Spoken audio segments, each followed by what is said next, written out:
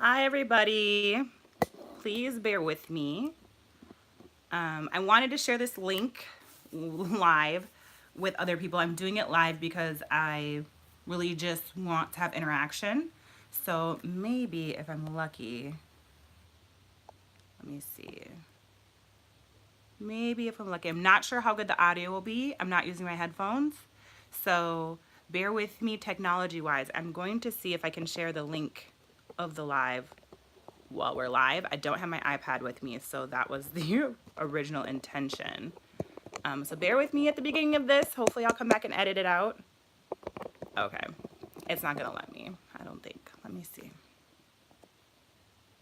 No, so I will share this link later. If you join this conversation live, awesome. If not, sorry. This is a little impromptu. I thought I would have my iPad and I would be sharing the link over here while we get set up. But first time learners, everything, here we are. So welcome. Welcome to, I guess, the first TIFF Talks. And welcome to turning into TIFF Talk TV. I'm Tiffany Ramm, your host. And thank you for turning into TIFF Talks.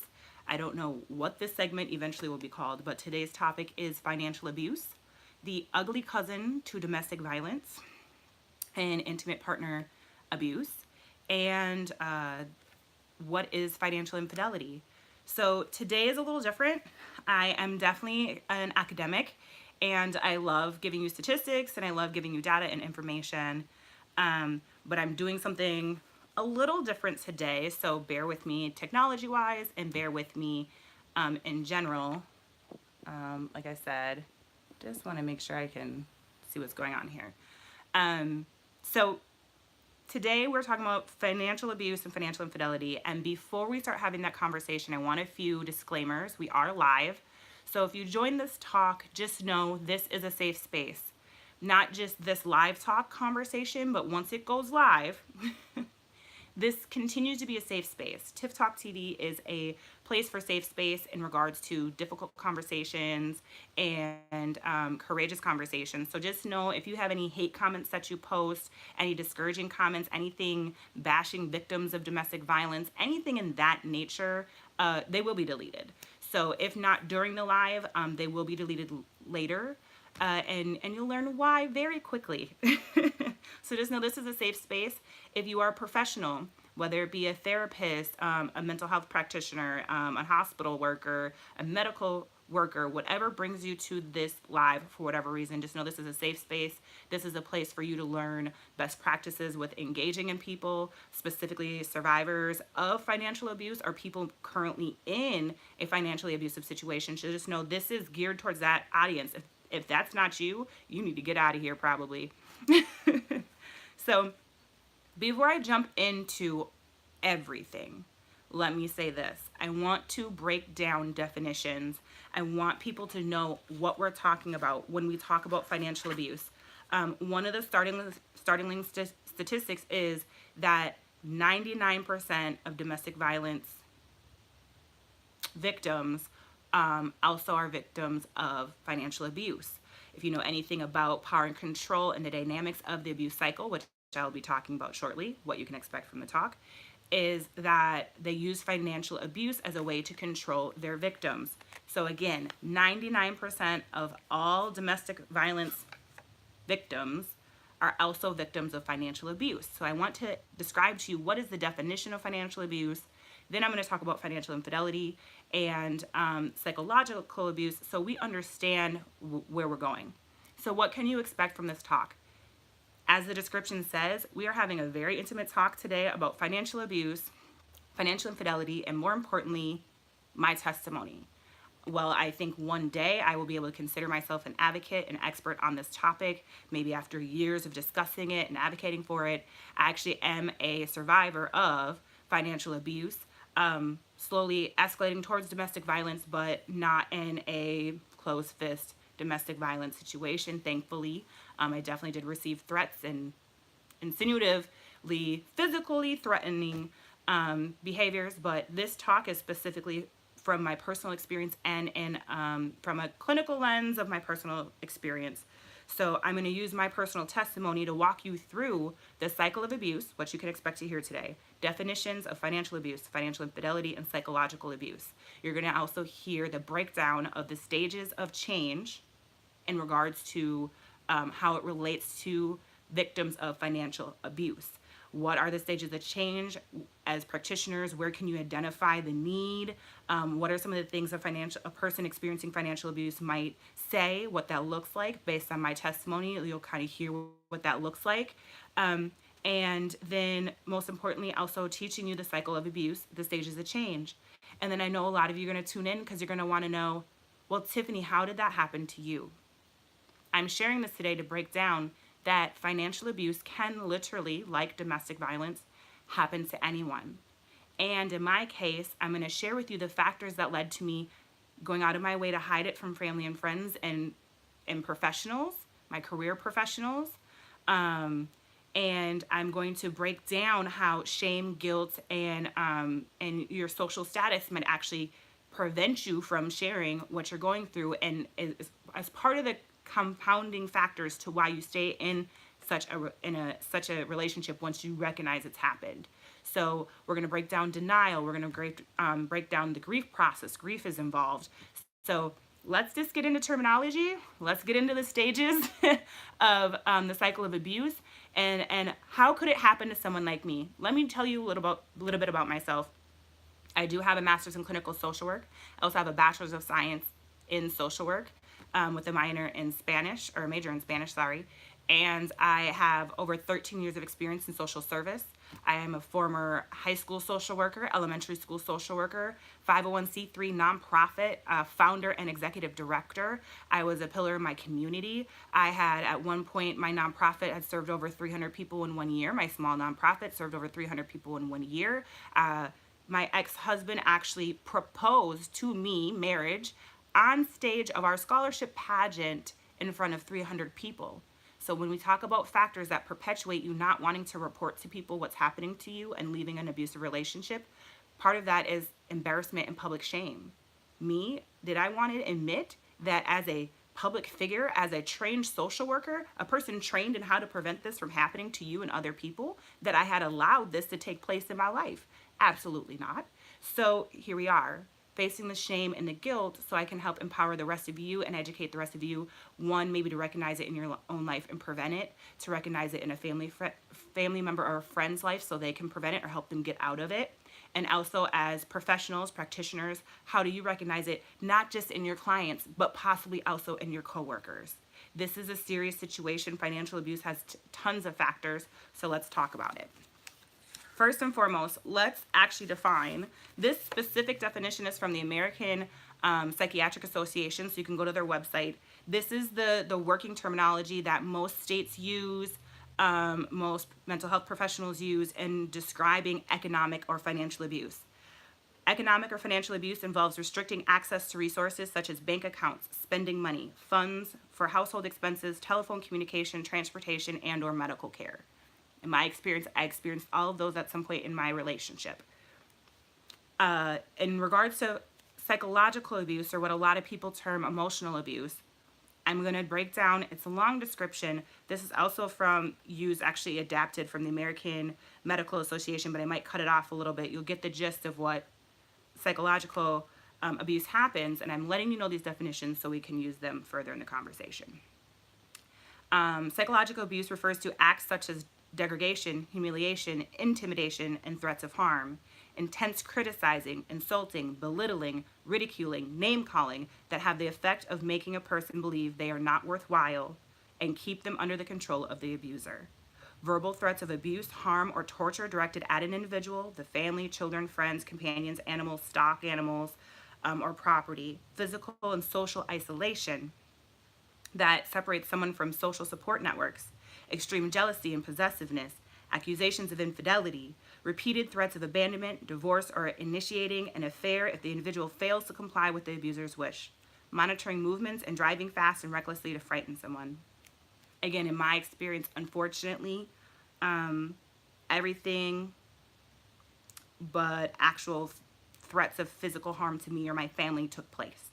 All of those things: degradation, humiliation, intimidation, um, accusations of infidelity, threats of an abandonment, divorce, and initiating an affair. My ex did all of those things as part of his psychological and emotional abuse towards me. Financial infidelity. So many people are like, what does that even mean? There's so much criticism with terminology. So let's start the conversation with working definitions. Financial infidelity is the secretive act of spending money, possessing credit cards and or lines of credit, holding secret accounts or stashes of money, borrowing money, or otherwise incurring debt unknowing or unwillingly to one's spouse, partner, or significant other. This was a huge part of what actually led me to finally being empowered through the psychological and financial abuse to leave was the financial infidelity, becoming aware of how much debt that was unaccounted for by my ex-husband on top of the physical infidelity was literally the catalyst to me like basically freaking out and waking up, realizing like I can't take this burden alone, I can't do it. So I'm going to walk you through now, what does it look like for someone to, how do you find yourself in an abusive relationship? How do you find yourself in a financially abusive relationship where one's restricting your resources and bank accounts? Well, let me tell you. First and foremost, most people do not start a relationship being abused. The number one strategy of people with abusive tendencies or characteristics or quick to anger, or the perpetrator is that they woo you. They convince you that you're the stronger person in the relationship, that you have more resources. They build you up. They esteem you. They give you high credit. They don't go into the relationship usually just punching you in your face, lack of a better description, I apologize, or just immediately like within a week moving you away from your family. No, they build up over time your trust with them. They want to make sure you do love them because they use that love as leverage to manipulate you later, to play on your emotions for them. And then eventually they start these other strategies, which is isolation, limiting resources, and those kind of things to control you. Hi there, inspired one. So again, someone doesn't start usually in an abusive relationship, whether it be a financial abuse or financial infidelity, or whether it be a domestic violence situation. So just know, we're going to start the story at that point. These are our working definitions. Before we get into the cycle of change and cycle of violence. So actually, we'll just do that right now. So what I'll tell you about what's critical to the narrative when we talk about the cycle of abuse and how does that happen and how does that happen to somebody. We need to understand the stages of change and the cycles of abuse. So let's just go there. My ex and I met when I was an undergrad. We have a very complex story. It's very complex, our background. We did do a lot of therapy. I did individual therapy. We did couples premarital counseling. And seemingly, although we had issues like any other couple, I went into my marriage thinking like we've worked through most of our issues. We're a loving couple. We even did premarital counseling, and there we were. Now, that being said, most people are going to ask you, do you know when it started? Do you remember the first time they hit you, or do you remember the first time they really started psychologically or emotionally abusing you? Do you remember like when that happened? What did that look like? I will tell you this. Once we were married, things almost immediately changed. But there was a specific argument 6 months in where I don't remember what we were talking about, but it ended with me curled up in the fetal position, holding my own legs on the kitchen floor in the corner of our appliances, holding myself curled up. I'm a thick girl, but I balled up into the corner and I was crying. I was bawling my eyes out. I don't know. Our most common argument, actually, because towards the end of our relationship, we couldn't have any argument. We couldn't have any conversation without it ending in an argument, and simple things would upset my ex. So our most common argument was in regards to time travel. Time travel. That's how you know we had issues, right? So this particular argument at 6 months, I remember it in regards to, I don't remember what the argument was, but I remember how it ended. Me in the fetal position, curled up in a ball, crying on the floor, and my ex standing over me shouting, "You don't need to be crying. What are you crying about? There's nothing to cry about, Tiffany. Don't try to use your social work skills on me. What kind of social worker does this?" And is just screaming at me some of the most the most belittling things and degrading things you could tell someone. And he was specifically using pretty much every weakness he had learned about me in the 6 years that we had known each other prior to this to degrade me. I have no idea. I cannot remember to this day what the trigger was, but I literally remember in that conversation just slowly balling up on the floor. Like everything he said, like just, I crumbled and I cracked and I cried.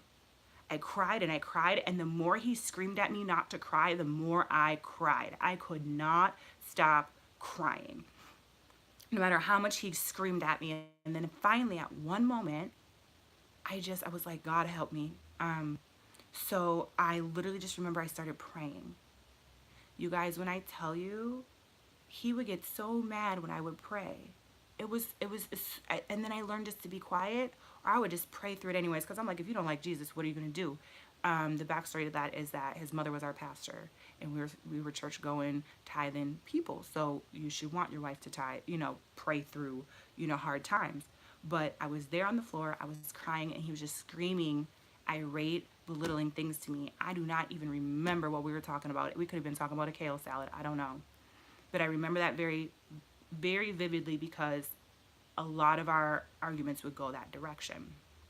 So when we go back to psychological, the definition of psychological abuse: degrading, humiliating, intimidating, just his presence. I'm on the floor, he's standing over me, and he's just hurling insults at me, me just being like, I don't know what to do. That was my first really, like, I had like an aha moment. I was like, oh, this is not normally how this goes for us. Like, what's happening?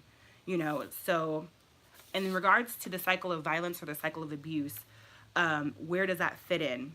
So that particular incident would fit under what most people in the cycle of abuse or cycle of violence is the acute explosion, where the person blows up. In this particular situation, it could be as extreme as, stabbing, hitting, beating. Thankfully, in this situation was not. But this was the first time I experienced in the acute explosion part of the cycle, humiliation, the isolation, as in like the physical domination over me, the verbal abuse. That all started right there. That was my first experience with an acute explosion in my household. How the victim experiences an acute explosion protecting themselves. Literally, I had felt so intimidated and so emotionally overwhelmed that I had balled myself into a circle. Like I didn't know what to expect.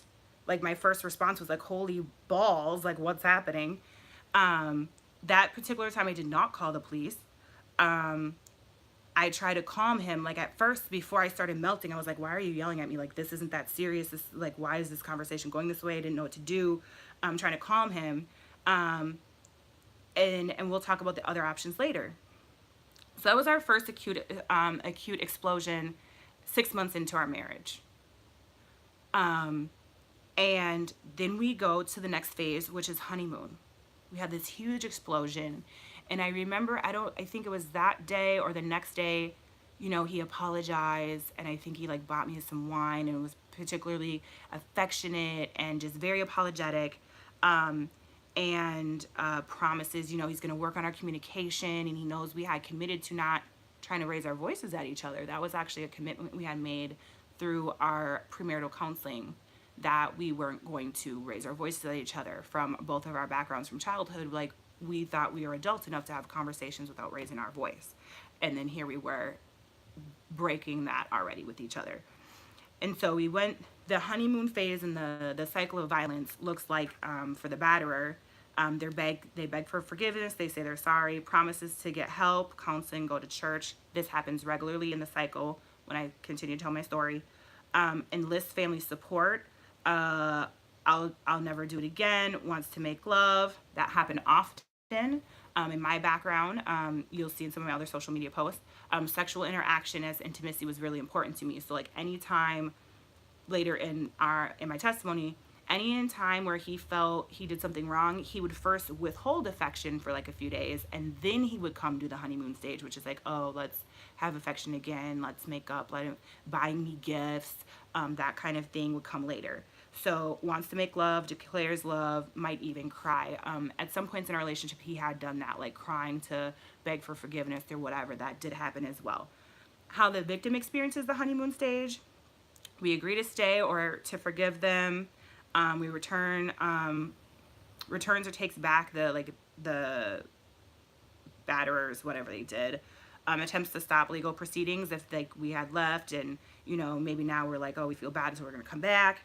Sets up counseling for the batterer. This happened, I think, 3 times in our total relationship. That we had acute explosions, that he requested or demanded we go to therapy, and that we would go, or he would postpone a long time before we would go, or he would insist that I go to therapy actually, which was one of his forms of psychological abuse, was always telling me I was crazy and I need to go back to therapy, which is funny because I would always go. And I would feel and the last part of that honeymoon stage is that the victim feels happy and hopeful, like, okay, I forgive you, you're gonna change your behavior, this is great. And then that denial is always ever present in the cycle. If you go Google any of the cycles of violence or cycles of abuse.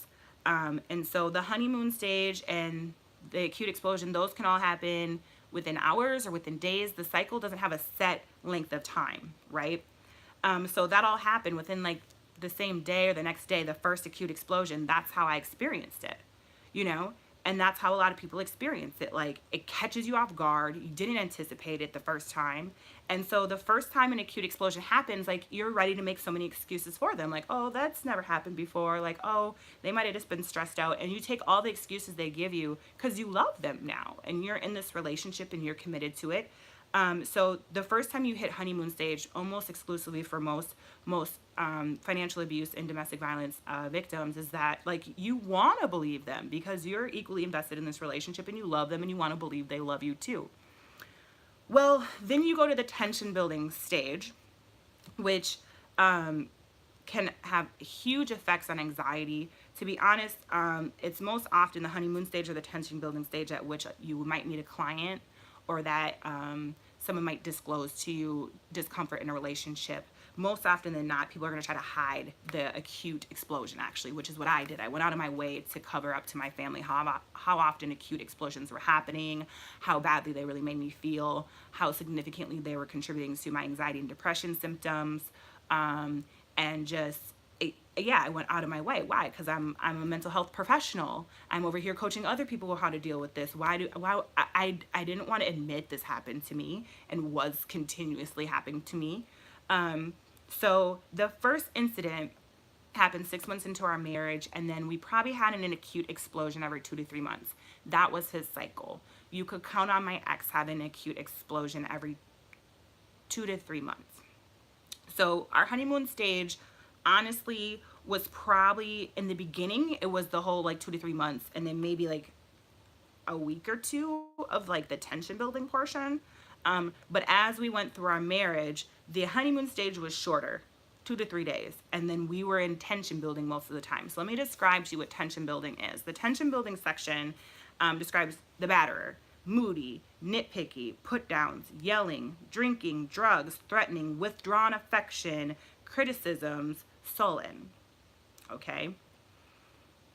The victim experiences the tension building part of the abuse cycle as trying to be overly nurturing, stays away from friends and family, keeps children quiet, agrees a lot, tries to reason, cooks partner's favorite dinners, expresses it as a time of walking on eggshells, feeling of walking, or attempts to soothe the partner.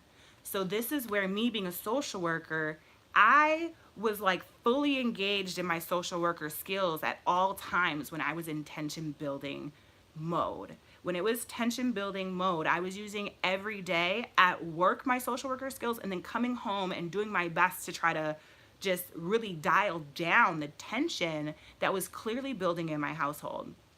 It was extremely exhausting, very overwhelming, and it became intensely more overwhelming. It is ever overwhelming how much I was going out of my way to try to soothe my partner, trying to avoid an explosion, an acute explosion. So what does that look like? Let's tune forward. So like I said, the arguments every 2 to 3 months with the acute explosion were as small as time travel. We would go to a movie, We would talk about the movie afterwards, and inevitably it would become this eruption of him just degrading me and belittling me and accusing me. And it did not help that we both had a background of infidelity. And so when he would accuse me, it was a huge deflection, because then I would spend a ton of time and energy trying to prove and show my ex that I wasn't cheating on him. It's a huge tactic that abusers use, is accusing their victims of infidelity to deflect from their own, almost always. And so in my case, I spent a ton of energy working on myself and trying to prove to my ex that I was not cheating on him. So that's how we get to 3.5 years of marriage before the final acute explosion happens. Now, the financial abuse did not start until our full second year of marriage. And at this point, I'm taking the emotional abuse. Why, Tiffany? Why? Why? You recognize the cycle. I communicated it to my friends and family, like, man, he really has emotional articulation issues. He's really emotionally, like, immature. But I would talk it through with my coworker, and she'd be like, do you need to stay or do you need to leave? And I was like, I'm a woman of God. I can work through this. I'm a strong social worker. Like, I can communicate through, like, we can do this. I can do this. And literally, I excused my way through emotional abuse because I was like, I was justifying it as me being a better social worker. Like, if I can't use it in my personal life, how can I not use it? But honestly, that's exactly what my abuser used to transition to other forms of abuse. It basically was me giving him permission to escalate to the next level. And I take responsibility for that. At some point, I wish someone would have just said, Tiffany, leave. Like, you're a great person, you're a good social worker, just go, go, go. And if I really reflected, I'm sure my family and friends did. Like, you don't have anything to prove, Tiffany. I'm sure they probably did at some point. But we kept it behind closed doors. Again, I still wasn't telling them the full truth to the frequency and the extent of the explosions. So, 2 years in, I had expressed that I don't want to live in the Midwest anymore, that I wanted to live in a warm climate. And that's where things get bad. Real bad, real quick. Most abusers are going to attempt to isolate you. And me already being in an emotionally abusive relationship, I should have never agreed to leave this state with my ex. But I genuinely wanted to leave this. I wanted to leave the Midwest. My ex went ahead and got a job that took us to California, to Sacramento. And it was immediately terrible. Immediately terrible. It was so bad, you guys. So one thing that a lot of abusers focus on is isolation. They need power and control, and they want isolation. We moved 1,200 miles away from our family and friends and every resource I had, and my job, my own job. And again, abusers' tactics are to make you feel like you're the stronger partner, highly esteem you, and to make you feel comfortable and trusted. That's exactly what my ex did. He, told me I was amazing, had seen me try to start launching my entertainment career, and told me, you know what? I'm going to be the provider. I'll be the breadwinner when we move. You just chase your dream. And it was, who doesn't want to believe that? Who doesn't want to believe, like, you want me to chase my dream? You believe in me? I'm the strong one. I can accomplish anything I try to do. Like, awesome. So we moved 1,200 miles across the country. My family and friends know at that point I had expressed to very close family members that as much as I wanted to leave, that I was a little apprehensive that we would be alone by ourselves. But that I was hoping that us being by ourselves would actually strengthen us instead of weaken us. Well, that was some bizarre, very pre-contemplative thoughts. Okay, I was very much in denial, and I was very much in the pre-contemplation stage of my financial abuse, which was I had no intentions of taking action. I was not aware that there was a problem. This is very important, you all, for the timeline in regards to understanding how financial abuse happens. It was pre-contemplative on part of my ex. Now that I know what I know, that the financial abuse at that time and financial infidelity started from the moment we left the Midwest. We had had a conversation about our 401ks. I was going to cash mine out because I was no longer going to take a job. There was nowhere for me to like transfer or roll it over to. So I was going to cash mine out, and that was going to be my little buffer of savings account. And that he was going to roll his over because it was $20,000. And I was like, well, that's $20,000 you can just roll over and continue saving for your retirement. That is when the infidelity started, the financial infidelity of him hiding money. I would later find out that my ex cashed out his 401k and even worse, did not tell me or file it with the IRS. We'll get to that part of the story in a moment. So I essentially moved out of the country and moved across the country with my ex to Sacramento. I'm now completely isolated and had made this commitment for a plethora of wanting to trust my husband reasons to allow him to be the financial provider, assuming that we were going to communicate well and that we were going to make a plan and it was going to go great. Well, literally from the moment we got there, it was quite terrible. The agreement was that he was going to pay the rent and that he was going to pay the car insurance and the phone bill. That still left me responsible for my own student loans. And like gas and whatever.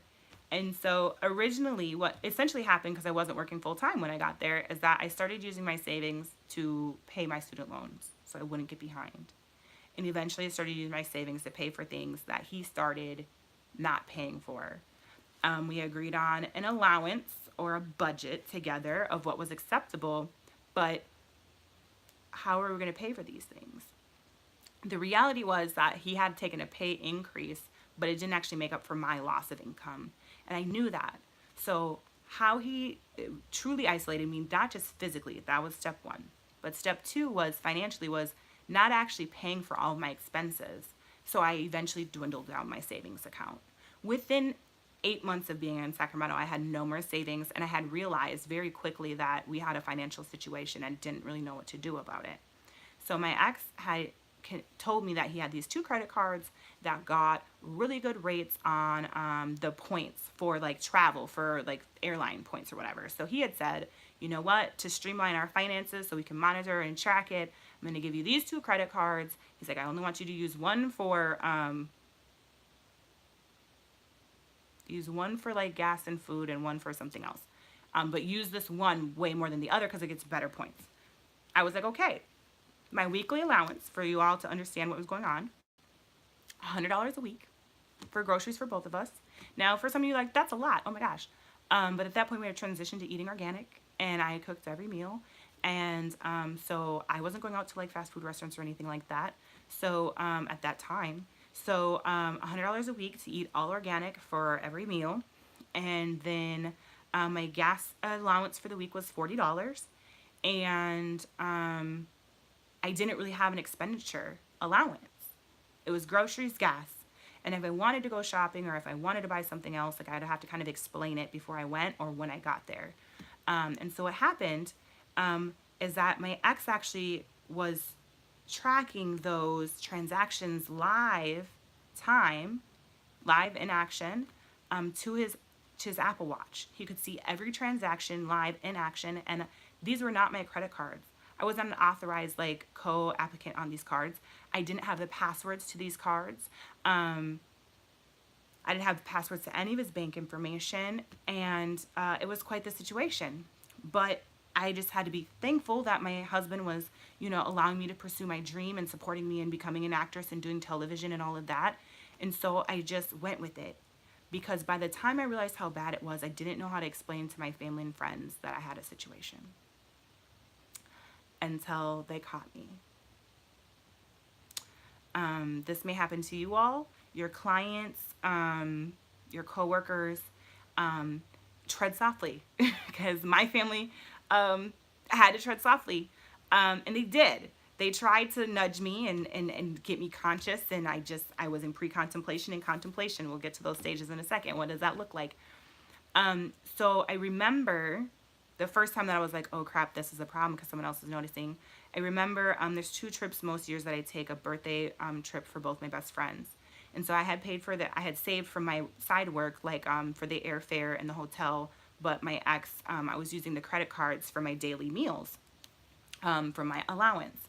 And so I just remember we would go down to sit and eat, and I would pay, and I would get a text message every time I paid for my food. Live. I mean, real time, like within a second of the waiter bringing me back the tab, I would get a text from my ex, and he'd be like, why did you eat there? What did you eat?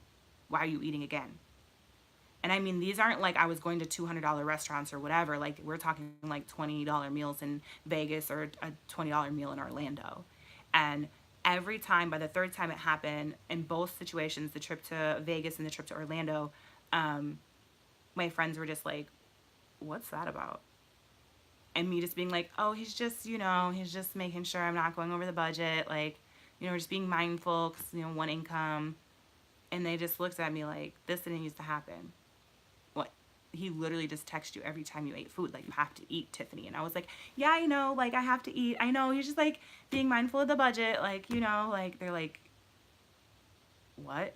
He's probably spending more than that for food while you're gone because you're not there to cook for him. I'm like, I know. Like, just, we're just getting used to it. Like, we're just transitioning. We're transitioning, like excusing it. I was sitting there excusing what was now going to unravel to be an extremely abusive, financially abusive relationship. So one, the financial fidelity had already happened. I just didn't know yet. $20,000 that he had cashed out of his 401k, didn't tell me, didn't claim it on our taxes. It would come up later that year when we went to go file for our taxes. And my ex refused to let me see the taxes. He would be filling it out in TurboTax, asking me questions and asking for my documents, but he refused to let me see the computer screen, and he wouldn't let me review it at the end and just sent it without me ever seeing it. It was probably the most uncomfortable time of my life. I didn't know how to confront him. I didn't know how to advocate for myself. I didn't know how to tell the IRS without telling on myself. I didn't know how to tell my parents, like, I just submitted my taxes and I don't know if they're accurate because I didn't get to look at them. So we're talking about, I remember vividly, and I tell this story often, I was in the grocery store at Whole Foods, and the total was like $120. The steaks were on sale. And so I was standing there, and live real time, the card got declined. Now, I was aware like this card was supposedly supposed to have a really significantly high available balance. So it made me incredibly embarrassed and nervous because I was like, if this card is declining and it's maxed out, like that's a serious problem based on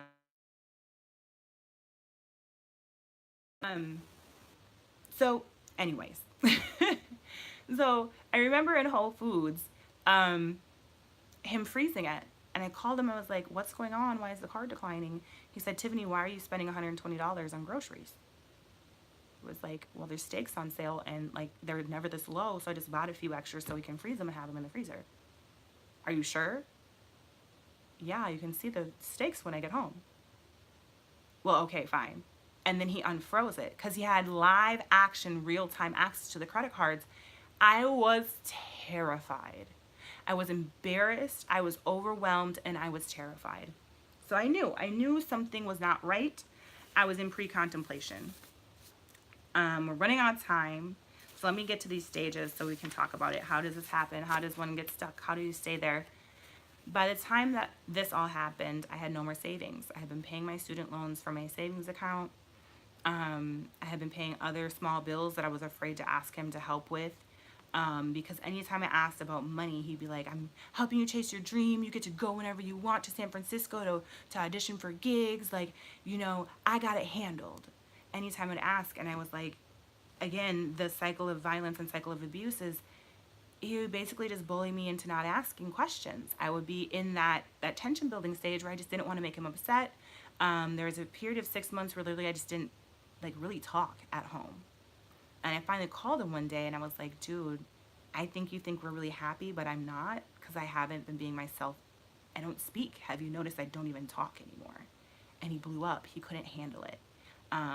The pre-contemplation stage is no intention to take action within 6 months. The woman does not recognize the abuse as a problem and is not interested in changing.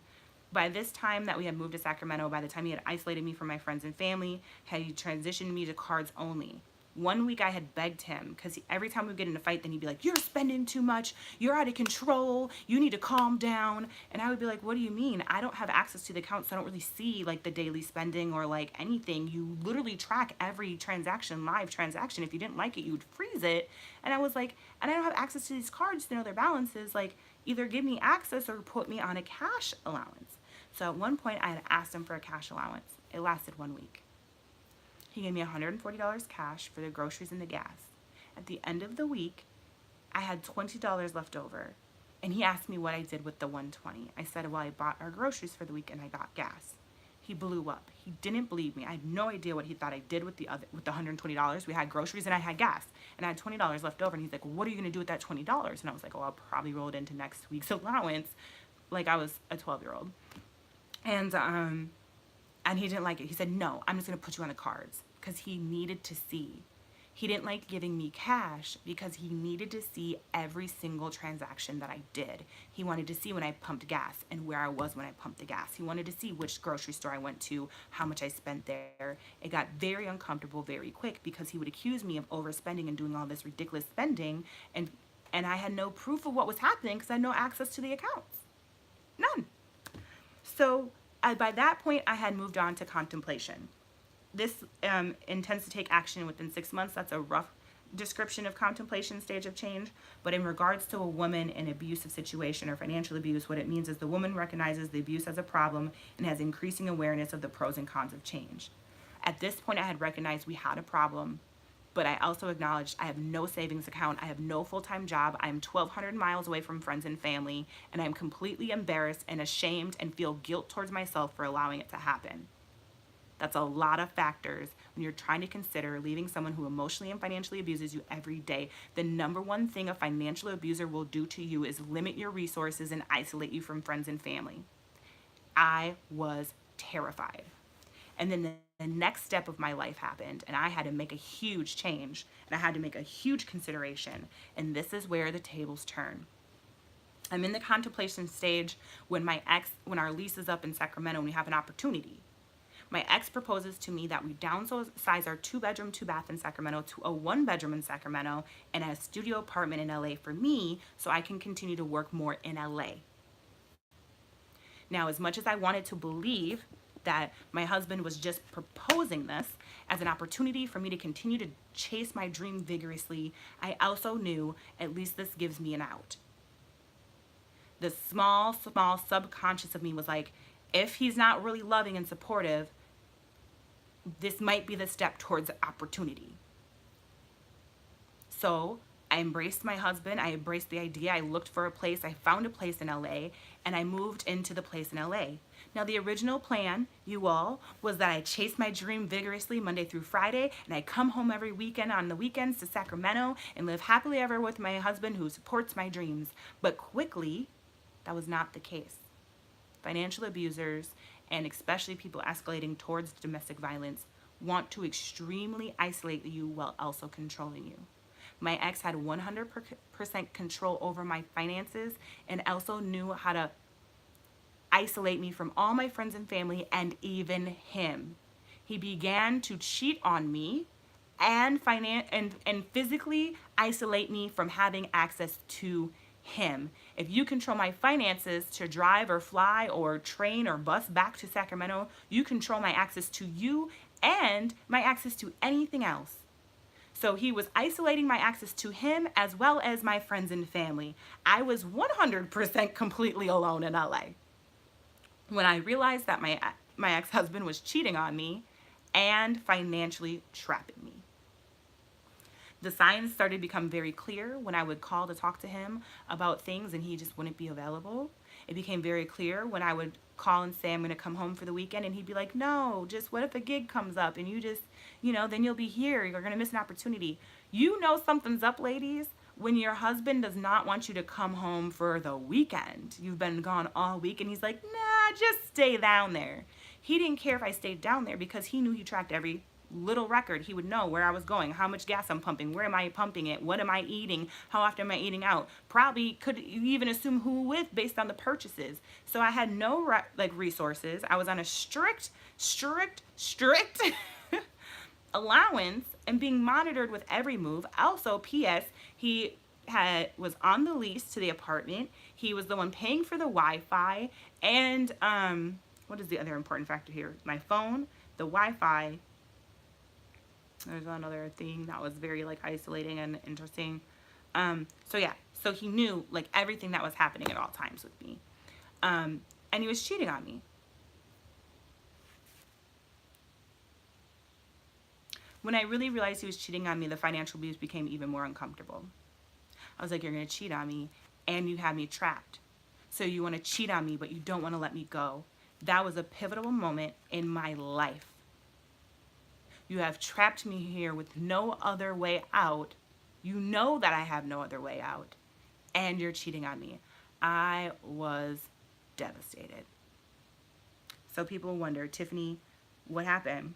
What's going on? How did you get there? I told you how I got there. I loved him. I was embarrassed. I was ashamed. I didn't want to give up on my marriage. I didn't want to be the social worker who couldn't make her marriage work, who let someone abuse her. Holy crap, I don't have any savings left. Holy crap, I don't have a job. I've been chasing my dream this whole time. Like, was I embarrassed?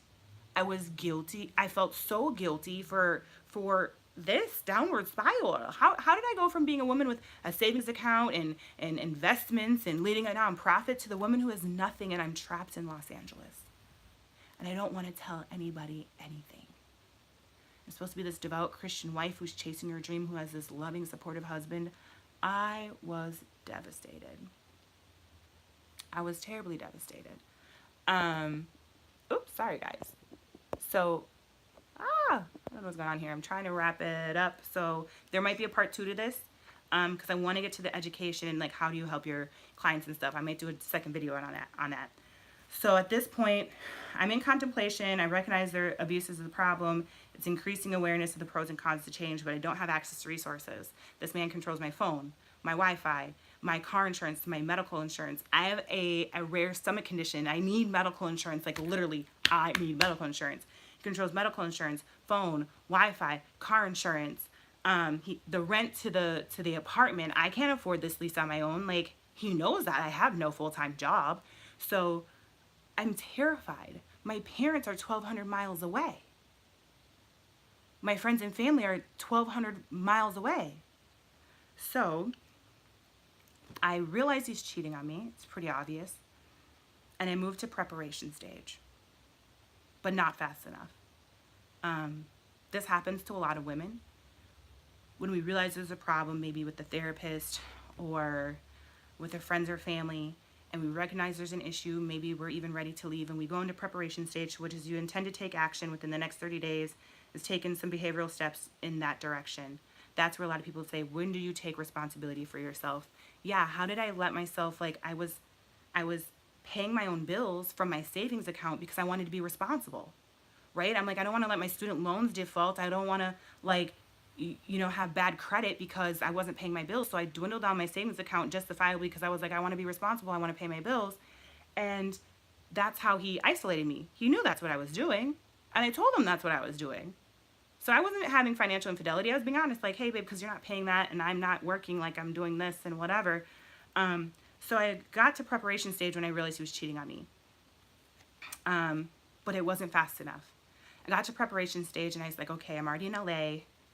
I do have a master's degree.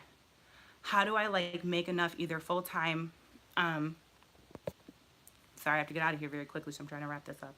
How do I get out of here? How do I get out of this situation? So I was like, cool, do I get a job? Like, do I just try to get more stable acting work and start saving money? So my head was in the right place. I was like, I need to build up my savings again. I need to be able to afford this apartment on my own. And then I'm gonna confront him. Well, the confronting came a lot sooner than I anticipated when I came across the financial infidelity. So I was in the preparation stage when we have a really bad weekend. His birthday weekend, I basically do catch him cheating, and we have an acute explosion situation, and we go through the cycle of violence 3 times in that weekend. And I'm overwhelmed, and my intuition told me, like, something else is going on here. I don't really know what it was in my spirit that told me check these credit cards. I secretly went I went to go buy dinner one night. I went and I had taken a picture of every single credit card front and back, and I called the credit cards. I sat there in Noodles and Company, excuse me, while I was waiting for our dinner one night, and I sat and called all the credit cards. And I only had enough information, obviously. I got the last 5 transactions and the current balances of these credit cards. And I almost had a panic attack.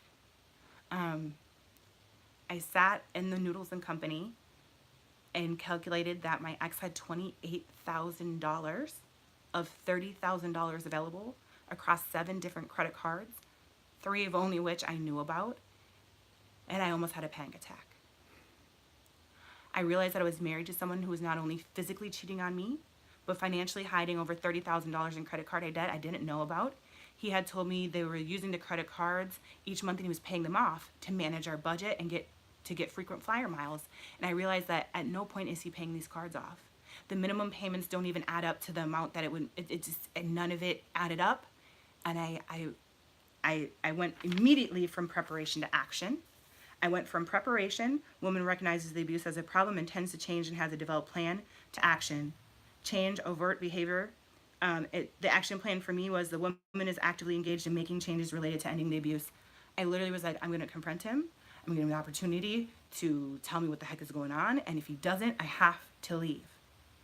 Except in the cycle of violence, every single person knows that the most dangerous part of any financially abusive or domestically violent relationship is leaving.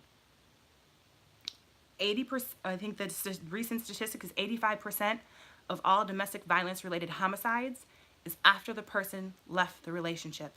Why? Because the person has nothing to lose now because you've actually left.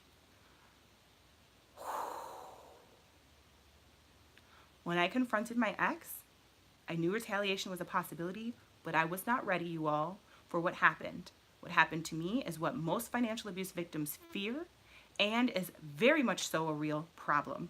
When I confronted my ex, he threatened me.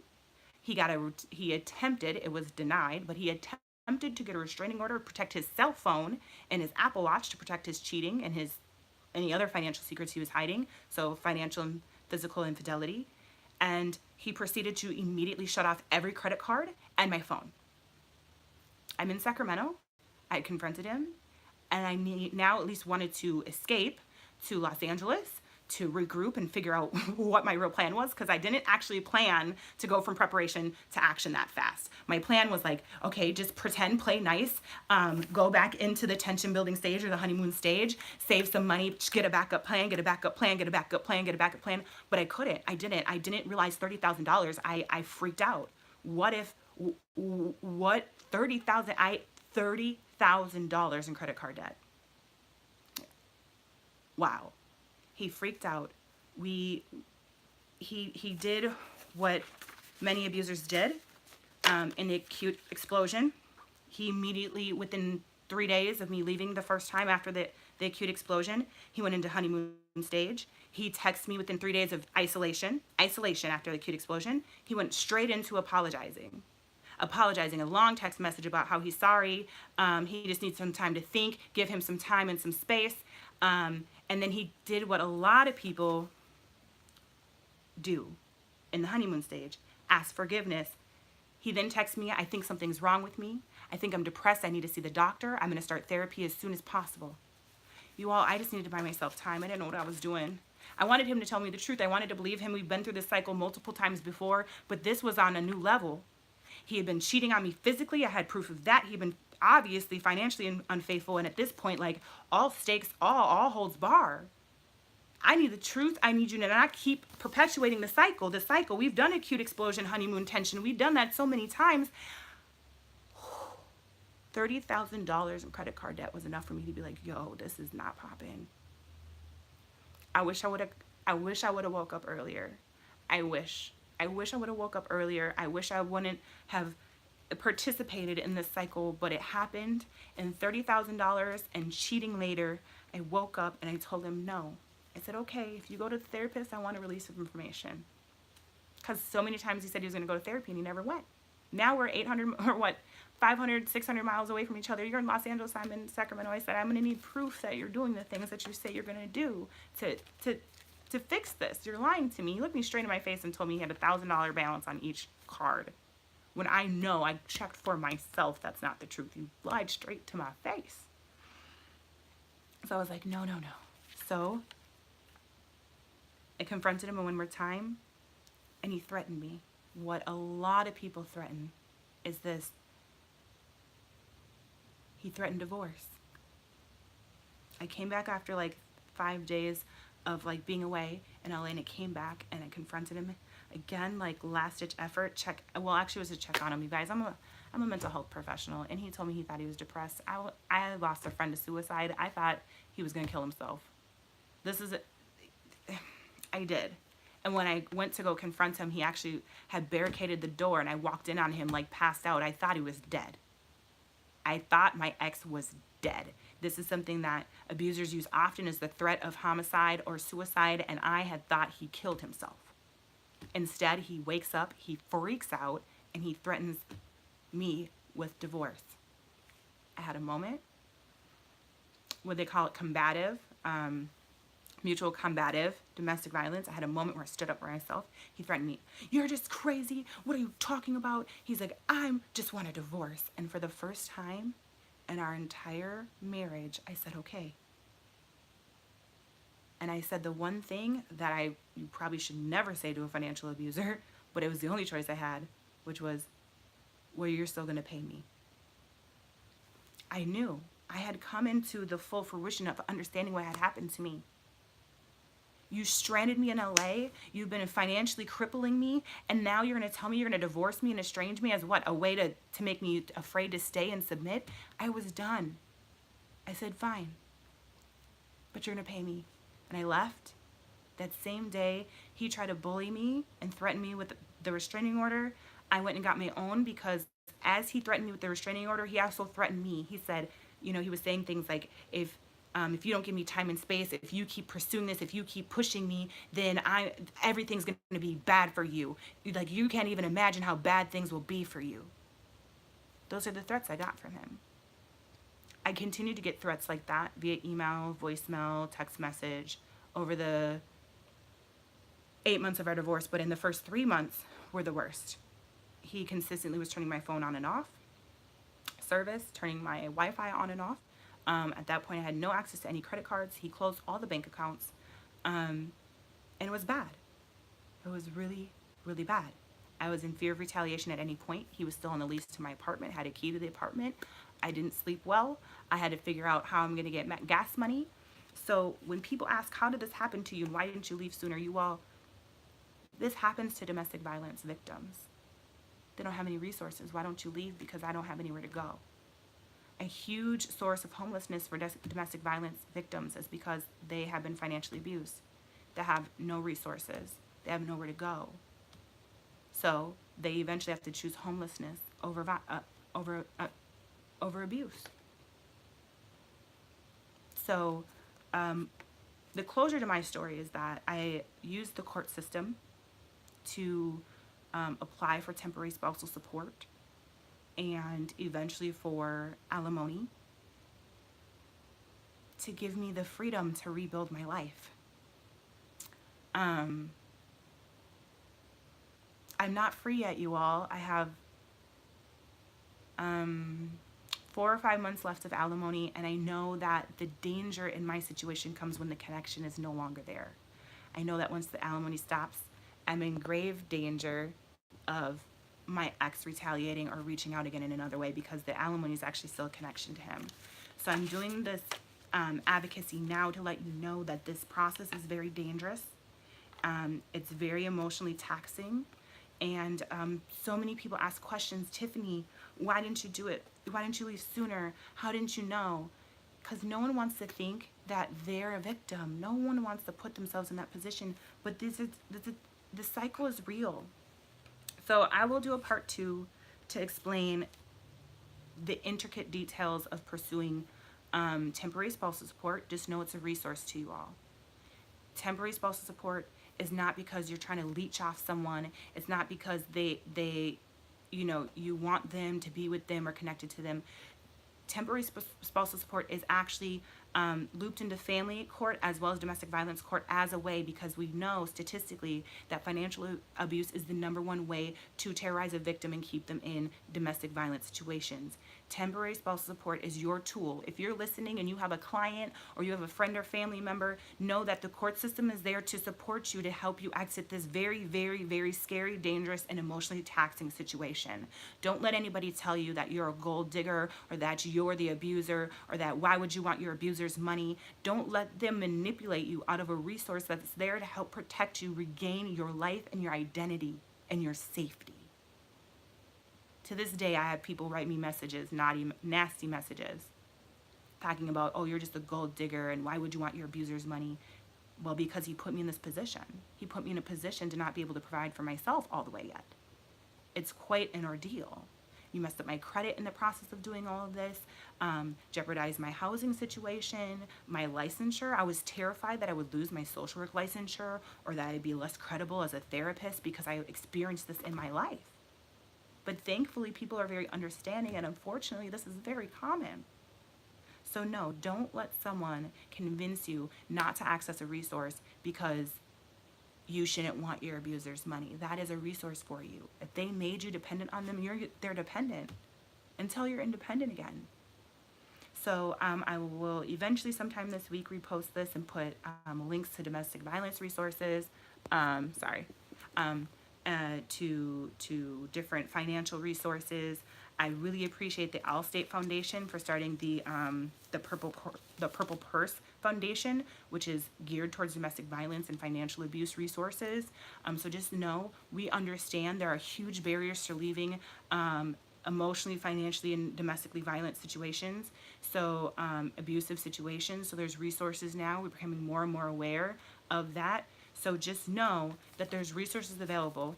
I wish I would have taken the moment to use that information for myself.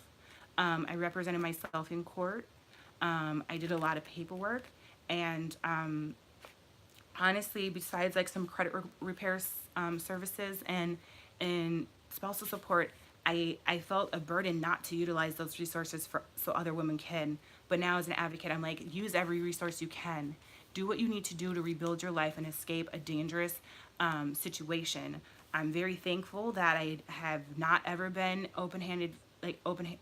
closed fist punched or put in a physical situation like that, but I have been in grabbing, tussling, kind of situations that left bruises on my body. So just know, like, you don't have to be in that situation, contrary to whatever comments you might be reading on my page, which I will later delete. I promise you this is a safe space, that you don't have to stay in those situations.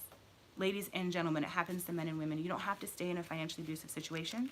I promise I will do a part 2 so we can talk through the stages a little more in depth, the terminology a little bit more, and give resources to practitioners and to therapists and to friends and family on, okay, if you recognize these tendencies in a family member or a coworker's life, what do? You all, it took me a long time to come to terms, to go through the stages of change.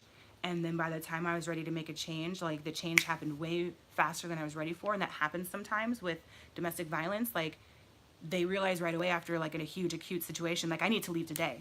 And as a practitioner, you need to know like what are the emergency shelter resources that are available. Like what if one of your clients does call you tomorrow and says, I need to leave today? What happens in a lot of situations is, let me do this really quick before I wrap up. I got to get out of my office. What happens is that you don't have access to important financial information. For me, I couldn't even file my 2016 taxes, I couldn't file my 2017 taxes without getting information from my ex. Like we were still legally married, and I was filing for divorce. We were separated physically, but we weren't even legally, well, we were legally separated, but we were still married. And so I needed that information to file my taxes. And he wouldn't even give it to me. It took me like 3 weeks and a court order later to get my previous year's tax information from him to file my own taxes. That's how intense it was. Even after I filed for divorce, my ex was still trying to control me, because that's what they try to do. Up until the point of divorce, they'll try to like coerce you into coming back. Like the stage of violence says, they'll try to kind of like coerce you into like canceling or stopping legal proceedings. He tried to blackmail me through a voicemail message before the temporary spousal support hearing. Keep in mind, you all, he never showed in Los Angeles for any court dates, which is great. I couldn't have even handled it. Um, so, um, so yeah, so just know that, like, I found out a month after our divorce was final. I got the notice from the IRS about his 401k that he had cashed out, and they were going to try to come to me for the $6,000 back taxes. Woo! Way to re-victimize the victim. I had escaped this man, kind of, and I now need to pay $6,000 for his back taxes? No. Thankfully, I knew there was a resource. I'm so thankful that I was at least a social worker and I had come to terms with what I had been going through, and I took all the documents for my divorce and I filed for what is called, please tell your clients about this, it's called innocent spousal relief. This is specifically for people like me, financial abuse victims and domestic violence victims, that if the definitions right here in financial infidelity, which is accruing, possessing or holding, debt and not telling you, borrowing money without telling you, incurring debt unknown to you. He incurred this back taxes and wasn't ever going to tell me. And so that's part of financial abuse and financial infidelity. And so just know that there is this resource you can file for, innocent spousal relief, through the IRS. I provided all my divorce documents, and they came back with a declaration saying that I wasn't responsible for his back taxes because it was clear that I was not aware of that. It was very clear they had dispersed it to him, to his social security number, to him directly. We did not have any joint checking accounts. There was no way for me to know that money went into an account, and that the whole grounds to our divorce was financial and physical infidelity. So clearly they found me innocent and not responsible for his back taxes. You all, it's been a struggle. It's been a lot of paperwork. But just know, if you are a victim yourself, you are not alone. I am here. If you need to, if you're watching this and you're like, holy balls, I'm going through this, please message me. I am here. I promise you. I'm still in it. I'm going to admit it. I'm still in it. I'm not free all the way. Oh God, I'm close, but I'm not quite there. But if you need help, I'm happy to give you resources, connect you to a support group and some organizations in your area. If you know someone that's in this and they're like, oh, Tiffany, they need to see this, please share this video. Just know you're not alone, unfortunately, and we're here for you. And that it's scary, and a lot of people aren't going to understand. I get it. It's why you don't tell anybody. I get it. You're ashamed. You feel guilty that it's even happening to you. Do not, I can't tell you how to feel, but just know someone else has felt these same feelings. You don't have to feel that way. You're not alone, and it's not your fault. Please, please get help. Please live your best life. Please, please get free. And I and a team of other people are here for you. I promise to do a round 2, you all, so you can learn more about the stages of violence, what to look for in, abuse, a perpetrator and a victim of financial abuse.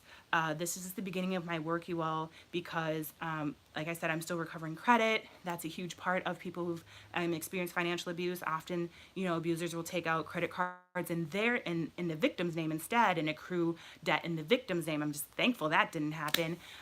So just know there's so much more information. I will have so many more videos coming your way more information, statistics, links to individual resources in your states. Like, this is just the beginning of my work. I hope that if you're feeling this, if you're experiencing this in your life, will you please, please reach out to somebody for help. You are not alone. You do not have to stay. You do not have to stay. If you are staying, I understand why. I do. It's hard, it's scary, and you feel trapped. You genuinely are trapped, but we have resources for you. So please, please, please get help. I hope through sharing this information, you all, that someone is empowered, that the person who needs to hear this heard it. If you need help, get it. And anything negative below, just know it will be deleted within the next 24 hours.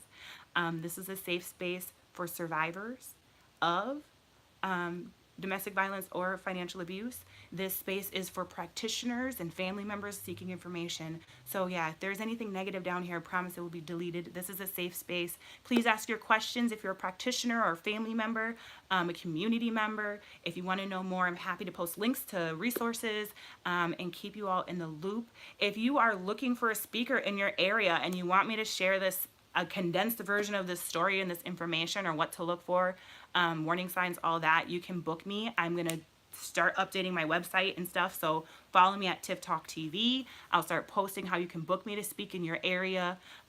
If you're a domestic violence group, or a LGBT group, or if you're a college group, this is information we need to know. Financial abuse is way more frequent than we believe. It's very taboo, which is why so many more people are susceptible to it. So please, please, please get help. Reach out. I appreciate you, Tiffany.